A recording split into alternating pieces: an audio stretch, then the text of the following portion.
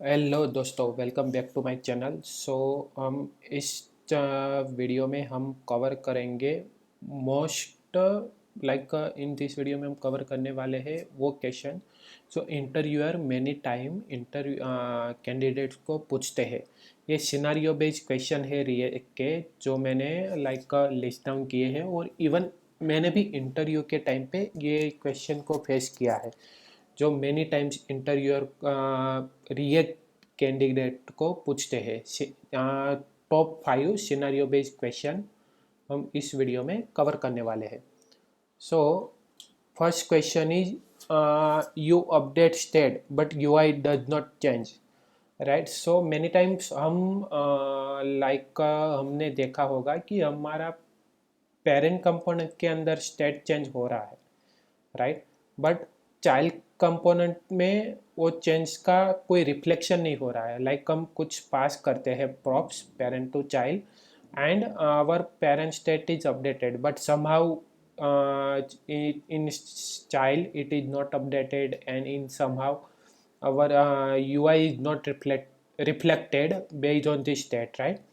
So यदि ऐसा कोई क्वेश्चन आता है, राइट, तो ये क्वेश्चन के अंदर जो एक्सपेक्टेड आंसर होता है ना, वो भी मैं आपको बताता हूँ कि यूजिंग करेक्ट स्टेट और use state pattern, right. So sometimes हम क्या करते हैं कि जो हम यूज स्टेट यूज किया है वो सेट करते हैं स्टेट, वो प्रॉपरली नहीं होता। और समटाइम्स हमने यूज मेमो यूज किया हुआ होता है इन चाइल्ड कंपोनेंट पे, तो उसकी वजह से भी का स्टेट है वो अपडेट नहीं होता है। तो ये इसका एक्सपेक्टेड आंसर है। तो आई होप आप इसको, या कभी भी आपको इंटरव्यूअर पूछे कि you update this state but you I does not change, और आपको ऐसा भी ट्रिकी क्वेश्चन पूछ सकते हैं कि child had not been updated but parent state have updated, right? So उसमें भी आप बोल सकते हो कि यूज मेमो की वजह से नहीं हो रहा है, या आपने प्रॉपरली प्रॉप्स पास नहीं किया है, या यूज स्टेट पैटर्न वगैरह नहीं है, राइट। तो ये हमारा फर्स्ट क्वेश्चन था। अभी ये सेकंड क्वेश्चन है जो मेनी टाइम्स इवन मैं भी जब इंटरव्यू लेता हूँ कैंडिडेट का, तो उस टाइम पे मैं भी ये क्वेश्चन कैंडिडेट को पूछता हूँ कि अ कंपोनेंट री रेंडरिंग ऑन एवरी क्लिक और एवरी की press, right. So I think हमने देखा होगा कि हमारा जब हम यूज पैक का यूज करते हैं तो हम डिपेंडेंसी मैप पास नहीं करते, तो वो समटाइम्स क्या होता है कि वो इनफाइनाइट लूप में चला जाता है, उसकी वजह से हमारी एप्लीकेशन स्टक हो जाती है, राइट। सो इसका एक्सपेक्टेड आंसर है कि मे बी हमने रिएक्ट मेमो यूज किया या यूज, तो यदि हमें ये चीज़ अवॉइड करनी है, री रेंडरिंग ऑन एवरी क्लिक और की प्रेस, राइट। सो हमारा फर्स्ट तो हमें वो चेक करना है कि यूज इफेक्ट में हमने प्रॉपरली डिपेंडेंसी यूज की है। तो फर्स्ट ऑफ ऑल यही है कि प्रॉपर डिपेंडेंसी एरे, या हम रिएक्ट मेमो का यूज कर सकते हैं, use call back, use memo.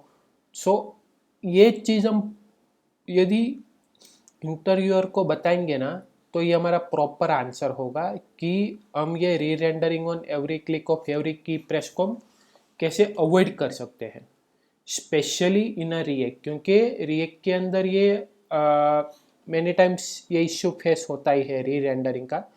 और उसका मेन रीज़न मैंने जहाँ तक नोटिस किया है ना, वो डिपेंडेंसी एरे की वजह से होता है, क्योंकि अभी बहुत सारे डेवलपर ऐसे हैं कि उनको पता नहीं होता है कि यूज इफेक्ट का यूज हम कैसे करें। एक तो they are using without, I can say without using dependency array. Now our second question is, an API runs again and again unexpectedly, right? तो इसका जो आंसर है ना, कि ये क्यों होता है कि जब हम कोई API कॉल करते हैं on page load of our component, right, when component is initialise at that time हम यूज करते हैं सम API कॉल का, जो हमें ज़रूरत है, हमें कंपोनेंट पे दिखाना है, राइट। तो हम यूज इफेक्ट का यूज करते हैं, बट हम प्रॉपरली डिपेंडेंसी पास नहीं करते। तो हमें ये क्वेश्चन का आंसर ये देना है कि हमें करेक्ट यूज इफेक्ट डिपेंडेंसी हमें पास करनी है या एम्प्टी डिपेंडेंसी एरे नहीं यूज करना है, क्योंकि या sorry empty dependency array pass करना है, या फिर हमें क्लीन अप फंक्शन का यूज करना है। तो उसका यूज करके हम ये जो अगेन एंड अगेन अनएक्सपेक्टेडली जो एपीआई कॉल है उसको हम अवॉइड कर सकते हैं in our React application. Next question is भी लेट्स से हमारे पास एप्लीकेशन है और उसके अंदर हमारे एप्लीकेशन में हमें टेबल्स के अंदर 10,000 रिकॉर्ड को दिखाना है without reducing the performance of our application, right. तो हम ये कैसे कर सकते हैं? ये क्वेश्चन है ना, मैनी टाइम्स इंटरव्यूअर ने कैंडिडेट को पूछा है कि rendering of 100 items freezing the UI, right. तो हम इसको कैसे अवॉइड कर सकते हैं? यदि हम टेबल का यूज़ कर रहे हैं तो हम वर्चुअलाइजेशन यूज कर सकते हैं, हम इनफाइनाइट लूपिंग यूज कर सकते हैं, या फिर हम स्लाइस मेथड एरे का यूज करके हम पेजिनेशन डेवलप कर सकते हैं, या हम प्रॉपर की यूजेस पास कर सकते हैं। तो इन सब का यूज़ करके हम जो ये हमारा यूआई कहीं पे स्टक होता है ड्यू टू सब नंबर ऑफ आइटम, तो हम इसको अवॉइड कर सकते हैं। Next question is input value is not updating as expected, right. तो बेसिकली क्या होता है कि हमने इनपुट फील्ड हम यूज कर रहे हैं, हमारे पास कोई फॉर्म है और हम इनपुट फील्ड यूज कर रहे हैं, तो उसके अंदर क्या होगा कि हम जब की प्रेस करते हैं, राइट, तो उस टाइम पे हमारी वैल्यू अपडेट होनी चाहिए। इवन जो हमारा एरे बन रहा है या यूज स्टेट है वहाँ पे, और वो प्रॉपरली इनपुट फील्ड में देखनी चाहिए, राइट।